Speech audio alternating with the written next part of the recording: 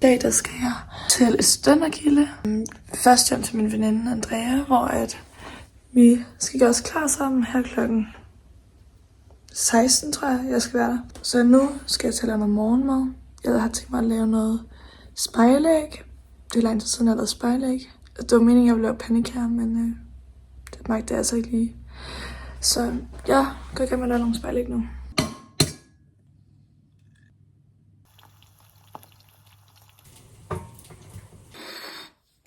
Jeg har lidt tænkt, om jeg skal sådan filme sådan en hel uge i mit liv. Jeg overvejer lidt, om jeg bare skulle lave en vlog. Sådan en uge i mit liv. Sådan rigtig YouTuber-agtigt. Nu er jeg kommet hjem til Andrea, og jeg prøver noget tøj på, fordi jeg kan ikke helt beslutte mig for, hvad for noget tøj jeg vil have på til festen i aften. Andrea, hun er nøgen, så jeg skal ikke lige filme hende. Men hun tager et all black outfit på, så jeg tror også måske, jeg holder det lidt simpelt. Nummer 2, jeg svarer sådan, så jeg kender ham der. Jeg har noget at fortælle dig. Hvad? Jeg er gravid. Nå, men jeg har valgt den her med hjælp fra Andrea, som har taget det her på. Hun tager det outfit. Du har Sarah faktisk. Ja, det er faktisk Carla. På flot armbånd fra Vinted. Som Louise fandt til mig. Ja, det gør faktisk 8 kroner. Det var så billigt. Nå, okay, nu. Vi skal have vodka med! Og vi er gjort helt klar nu, så nu er der ikke så lang tid til, at vi skal afsted. Og vi skal lige ned i 365 og købe ind, for jeg skal have en vin, som de har kun i 365 til sådan noget 49 kroner. Fucking lækker vin. Og den tror jeg bare, det er den, jeg kører på i dag, fordi de har også drinks derhenne. Så det glæder jeg mig til. Ej, prøv at se, du har tilbud. Nu filmer jeg også lige. Det er den her. This one. 35. Var det ikke den, som der kom? Den Moscato? Vi sagde, det smagte fucking godt. Det kan godt være. Det er den, du godt kunne lide, den eneste vin, som Andrea godt kunne lide. Okay, så lige nu så er vi hjemme hos Lea, der var fucking cute. Og spiser aftensmad. Og vi skal til vores første gilde i dag hjemme hos Nisse og Lea. Nej, Nisse og Jul. Og vi spiser lækker pasta. Men Du vil gerne til den måde sidde med ryggen. Det gør et menneske, det der med ikke at have en tilknytning til... Har de her bestemte roller, så de ved, hvordan de skal komme altså, til jeg vil heller ikke gøre det. Jeg vil heller ikke gøre det til de sådan blev 8 år eller sådan. Nej, det ender med. Der kaldes bus. Nu er vi så på vej hen til bussen. Vi er klar. Vi har lidt travlt til de andre, men vi tror ikke helt på det. Vi har overhovedet ikke travlt. Altså, det tager sådan noget 5 minutter at gå hen til banegården. Og jeg ved præcis, hvor vi skal hen. Så vi har sådan noget et kvarter. Og vi no stress. No stress. Okay, vi ses senere. Den er lavet for min mig. Han sov som en sten, da hun lukkede mig ind. Vi redde lamper, stål, bære og koksiller har forsikring, så tak i nøje. Nej, jeg har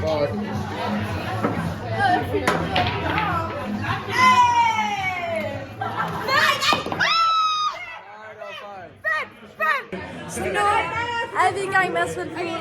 Og vi får holdt sammen. Vi får holdt sammen, og vi vinder. Og vi vinder. Johannes har lige skudt det ned i det her hul. Ja, og det var virkelig pinligt. Det var fucking pinligt godt. Så nu vinder vi, og det er Andreas tur nu. Andreas tur, og Andreas scorer. Jeg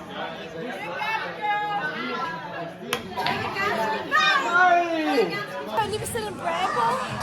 Og den er virkelig god. Den har vi smagt, og den er faktisk fucking god. Og vi glæder os til meget. Hey, Hej, ja, vi har lige været på Proud Old... Nej, det har vi ikke.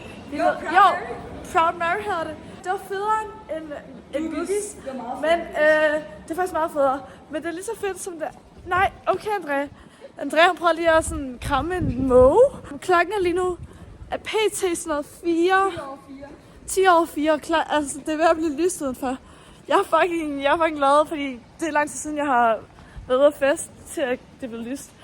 Og jeg synes, det har været en rigtig god dag. Hvad synes du om dagen? Jeg synes, at det har været en virkelig god aften. Jeg giver den en 6,5 ud af 10. Jeg giver aftenen en 7 ud af 10. Fordi jeg føler, at jeg fik nogle nye søde vejenvenner fra Vejen. Nej, de var så søde. De var så søde, og jeg blev helt glad. Fordi jeg hyggede mig så meget med dem. Vi er nu på vej til at gå hjem, fordi jeg sådan... Vi gider simpelthen ikke vente på en letbane. Kan vi lige gå i 7-Eleven? Jeg har været død tørst. Ja, rent faktisk. Vi går lige 7-Eleven, og så tager vi hjem, fordi at vi er fucking trætte. Men jeg glæder mig fandme til at sove. Så vi ses. Godmorgen. Godmorgen, Blakke. Godmorgen, Blakken. Så er vi sgu kommet hjem fra byen igen. Og det var sgu en crazy night. Vi var på Proud Mary. Det var så fedt. Og nu... Altså... Ej, var der sket med hans øje? Nej. Hans Felix øje, prøv at se. Så for ham. Ej, det er faktisk lidt farligt sådan noget.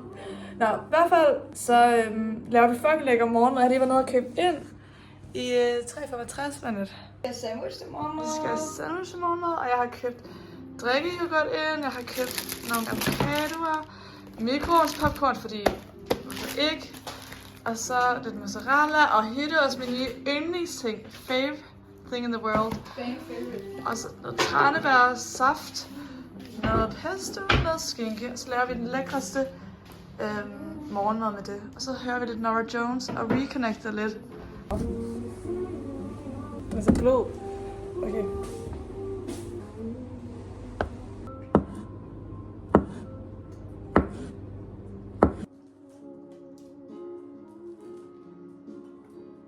Vi gik rent faktisk bare i seng igen, efter at vi spiste morgenmad, og så har vi sovet lige indtil klokken den er 16. Så nu er vi på vej til Det var så hyggeligt. Sebastians Gilde, og Det var så hyggeligt. Og sådan, vi har gjort os klar.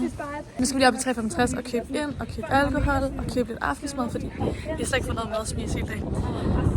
Så det glæder jeg mig til at få lidt.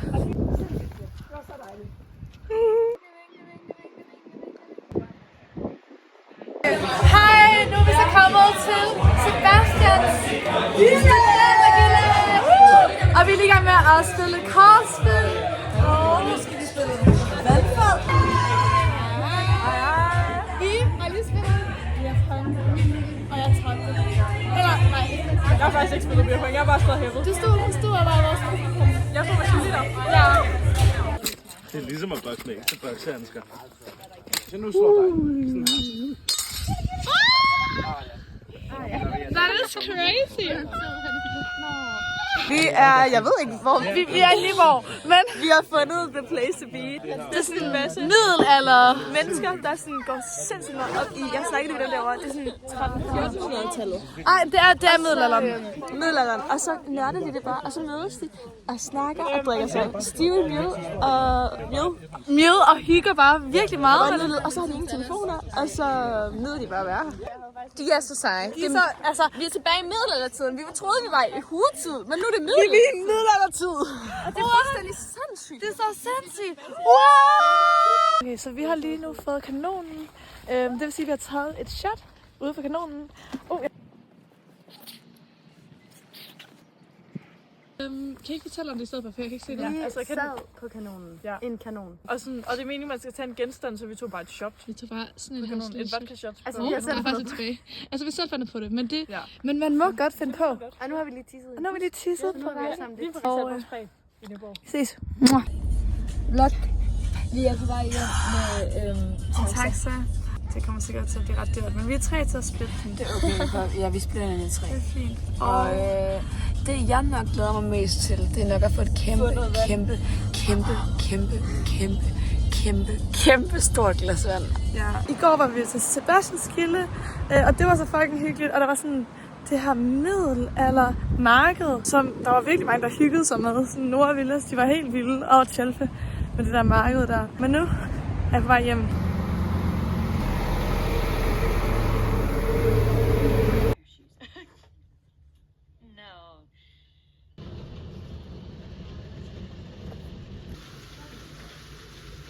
Jeg er i chok. Det er rent faktisk, nu er det ved at stille ned, men sådan, det har vitterligt havlet og regnet konstant i de sidste 20 minutter. Og det er meningen, det skal være sommer, seriøst. Nu er vi så på vej hjem til min mor for at spise aftensmad. Og det har lige havlet eller regnet sygt meget, og jeg ved ikke, hvad jeg ligner. Det er ikke for dig. Jeg kan lige venstre side. Det smider lidt. Hej, i dag, der er det den 9. Søndag den 9. Så planen for i dag er, at jeg skal lige i bad, så skal jeg gøre mig klar, eller jeg skal finde tøj, så skal jeg hjem til Andrea og gøre mig klar og lave aftensmad, og så skal jeg til fest til det der studentergilde. Anden ting er, at jeg i går, det er fucking dumt, der vil jeg prøve den her ring på, og så har jeg kommet til at sætte den, altså sådan putte den på den finger, hvor jeg har et sår. Så nu kan jeg ikke få ringen af, før mit sår er helet, fordi at sådan, så kommer jeg til at rive mit sår af, og det gider jeg ikke, fordi det kommer til at gøre virkelig ondt, tror jeg. Så nu skal jeg bare vente her. Hej, nu er jeg så på vej til Andrea, og jeg har lavet krøller i dag for første gang i sådan altid næsten. Og jeg føler, at det fungerer ret godt, men jeg skal lige sådan huske at sådan scrunch mine krøller, så de ikke ser så sådan klumpet ud, men bliver mere sådan fluffy krøller. Så det glæder mig fucking meget til at gøre. Og så har jeg lige fået at vide, at Andrea, hun har gjort det samme. Altså hun også har lavet krøller, og det er sådan så underligt, fordi jeg laver aldrig krøller, og Andrea laver aldrig krøller. Men sådan i dag, der har vi bare begge to lige haft den samme tanke. Så det er altså meget sjovt. Og så har jeg stadigvæk min ring på, som jeg ikke kan få af nu. Så den glæder mig lige til, som jeg kan få af. Hej derude. Så nu er mig og Lou og Andrea og Carla samlet. Og vi laver free. Simpelthen til Nima og Hannas Gitte. Og det bliver fucking hyggeligt. Og vi har købt en giant værdig. The bigger the better. Præcis. Så det er sgu det, vi gør. Så det er det, vi gør. At have den her i røven, det er jo sygt i sådan 12 timer. Og have den i røven? Nej, det er fordi, du har ikke... Nej. Det er fordi, bare Carlas... Det er en historie, venner. Det er fordi, bare Carlas veninde... vi havde Karoline på besøg i går. Nå ja. Karoline. Og så fortalte vi med vores veninde Lea. Okay, nu name-droppede jeg lige, men... Det må du gerne, det må du gerne. I kender hun havde noget med en fyr, og de bollede fucking meget. Og så var der en aften, hvor de ikke havde noget sexlegetøj, så de puttede sådan en værdigprøve op i røven på hende. Og så var det så den første 12 timer, der kommer. Nej, er det rigtigt? Ja, i chok. Hun var lige været til hospitalet, så fordi de kunne få den ned. Det var så akavet. Ja, vi har brugt den der værdigprop til the ass. Den der! Ja, det var det. Jeg tænkte, den Ej, how delicious. Okay. Ej, det ser godt ud. Wow. Det er godt. Okay. Så har Carla kokkereret igen. Jeg føler mig bare ikke så godt. Nu er vi på vej med bussen, eller vi venter på bussen. Okay, Andrea, okay. Og i dag er det slutty tema. Vi glæder os helt meget. Og skål! Så lige nu, så sidder vi udenfor Til Nimas Gilde. og vi skal lige drikke lidt ekstra. Vi laver lige en druklejr. Vi skal være i aften den aften, hvor vi skal være mega fucking fulde for ingen grund. Bare fordi vi har lyst. Vi skal være det, fordi at vi kan. Vi skal være bankelam. Og vi skal bare danse, og vi skal gå hjem, og vi skal bare nyde, vi studenter er færdige. Vi skal nyde livet. Altså, også fordi jeg føler nok, når man er student, kan man tillade sig ting. Eller, det lyder forkert, men sådan, jeg føler ikke, folk dømmer ikke så meget, fordi man er student, og sådan, man må godt. Lad os lige fortælle om dit outfit. Så vi har den her blonde top her, og så har vi taget en af hinderne. Og et virkelig flot sådan guldbælte her. Ej, det er virkelig flot. Ja. Ej, hvor er det godt. Og Andreas ørering. Ej, så flot. Og min smykker, min studenterhalskæde. Og se lige det her. Ja, det har broderet. Det har jeg brothered sammen med det her. Ja.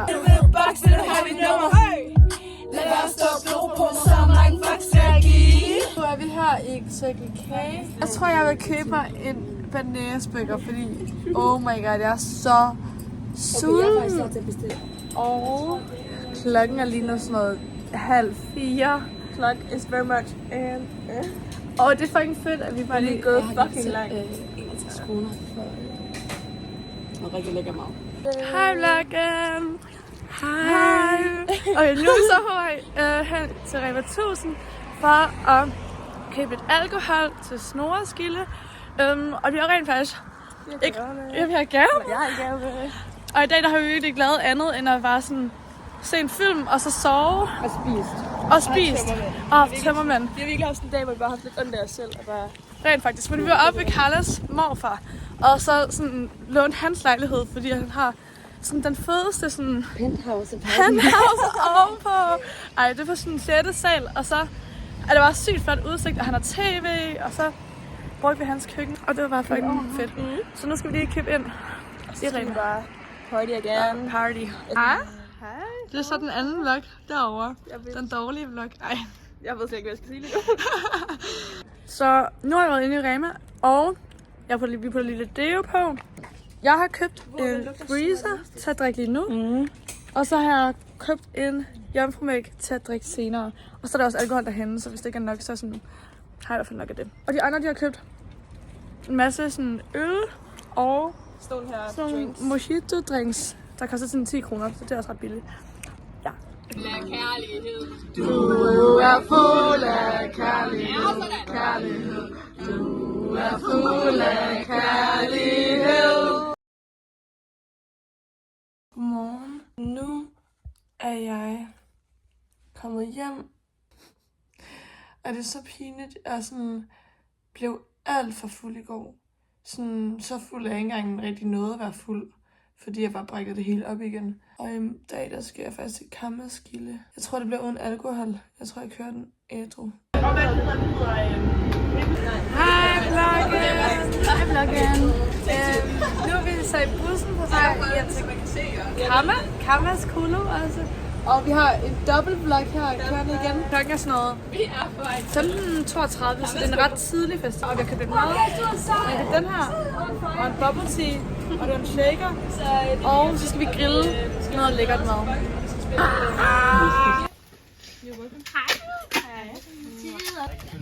Hey! Billede, hvor... Vi har lige stået og snakket om navler. Og det gik op for mig, at vi havde forskellige navler, fordi at man finder en knude på navlen.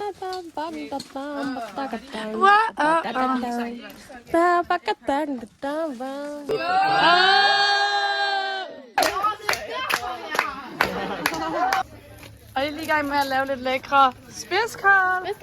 Ej, hvor er det lækkert. Okay, hvad gør I? Så putter man olie på, så salt og peber. Og så putter man den bare i... Bare ind i superfjern. I grillen. Så lukker vi. Vi laver noget lækkert. Og det her, det er min. Og så kommer spidskålene der, og så er der... Det er også vores. Så vi har lavet sådan. Jeg ved faktisk ikke, om jeg kan lide det, men nu må prøve vi. Jeg er lidt mere. Okay, jeg tror, det bliver godt med det der. Okay. Glæder mig mums. Hvor er det lækkert. Sådan jeg er grillfar. Som rigtig grillfar. Faktisk er han mest grillfar, fordi han har en øl her i hans hånd. Og så står han bare i stillhed og kigger på grillen. Grillfar number 1. Ja. Det er lækkert. Hallo Alex. Lidt farligt. Du stopper. Hej vennerne, I er så mega søde. Sig lige hej til min vlog og vink. Hej, vloggen. Hej. Nej, vi skal ud og finde toilet nu. Fortæl om, hvad der er på de her skud her. Rejer. Vi har lækker rejer. Vi har noget grillost. Lidt grillost. Lidt halloumi-agtigt. Noget så har vi noget squash.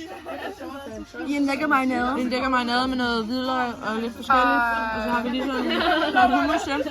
Fuck, det er lækkert, seriøst. Ej, jeg har lige smagt det, og jeg elsker faktisk det der ikke lige nu. Men champignon, man kan få den her champignon egentlig.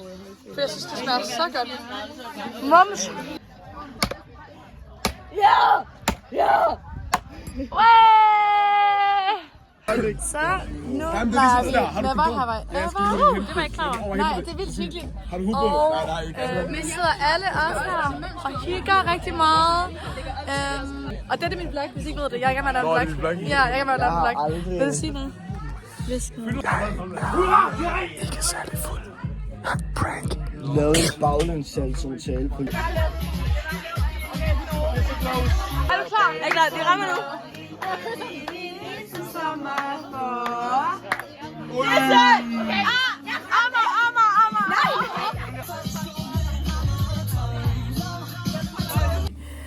Hej igen.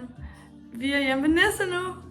Ja, i vejen. Og det tog os 40 minutter at gå hen. Og så vente med den gamle efterskole. Nå, vi var inde til Asgård. Og du har bare været vågen i fucking lang tid. Jeg har været vågen fucking lang tid. Det var min tur til at være dig den her gang. Ja, det er så nederen. Jeg hader at vågne op og bare sidde sådan og vente. Nå.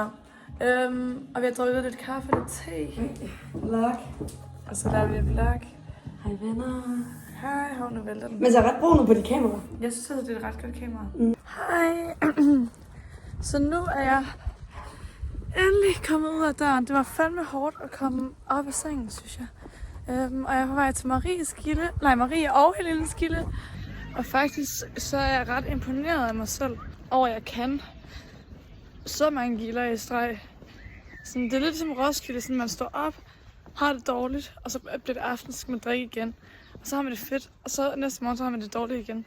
Så det er ret hårdt. Er du vloggen? Det er vloggen. Hej vloggen! Hej det er Louise Krog YouTube-kanal, vi er inde på. Præcis. Hej alle sammen, velkommen til den her dag. Dagen til Gilde igen. Hej. Vi har lige spist lidt aftensmad. Og jeg har lige taget en lille lur, fordi jeg var faktisk virkelig træt. Og nu spiller de andre. Drama Queen, ses. Ja. Drama Queen. Nå, men de andre spiller ølbowling. Okay, så nu skal vi spille det her. Det er så sjovt. Hej Lus, vlog igen. Vi spiller der. Jeg spillede der hele dagen i går, og nu spiller det igen i dag. Hvor mange er med? Fucking god. Det bliver fucking fedt. Okay, nu skal mig og Dreve holde sammen i ølbowling. Wow! Hej.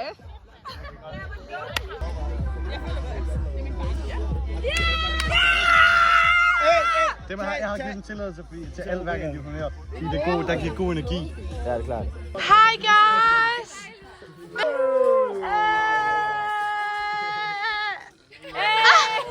3, 2, 1, go!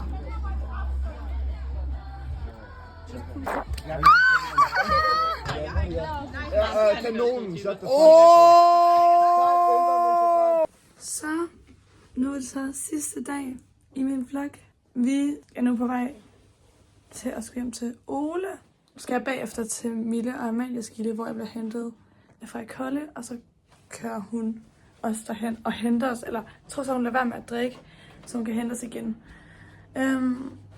Og ja, det må så være det sidste gilde, som I får lov til at se. Det bliver mega spændende. Glæder mig. Jeg har gjort mig klar.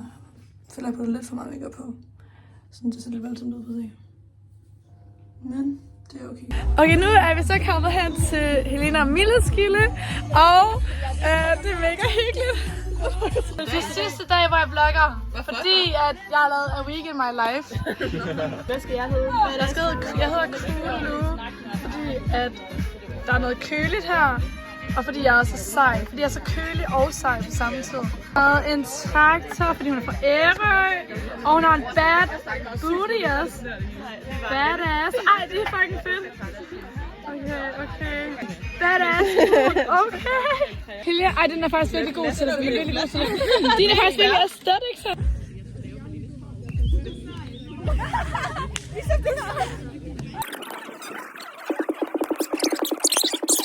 Spiller Flip the Cup beer pong. Vil du lige vise? Ja. Det man gør, det er så, at jeg skal ramme ned i Livers kopper. Og så skal de andre drikke.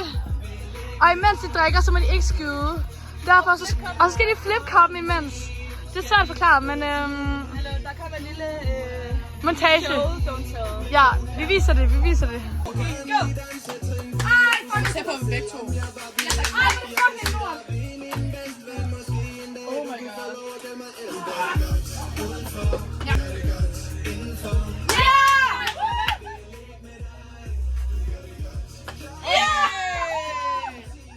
Hej Louis Vlog.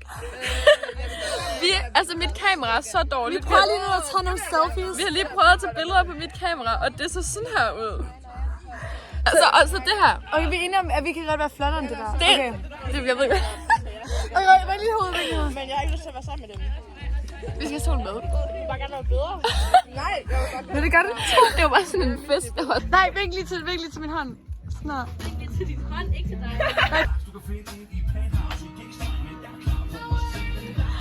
Ej, jeg er i chok. Hvorfor er I så gode? Jeg er faktisk fucking sur. Og lidt flere. Put dem ind i munden. Hele vejen ind. Du kan godt flere. Sig Chubby Bunny. Popcorn. Den der. Nej, Den der. Ja. Hvad skal det? Hej vloggen. Det her det bliver den aller sidste video i studentervloggen. Men i hvert fald vil jeg bare sige, at det har været mega hyggeligt at lave en lille vlog. Og så har det bare været vildt fedt, at jeg lige har filmet sådan nogle gode dage i mit liv, sådan at jeg kan se tilbage på det, og også bare huske de her sjove minder, jeg har fra studentertiden. Så det glæder mig til at se om 10 år. Det bliver vildt. Ja, og så ses vi måske en anden gang.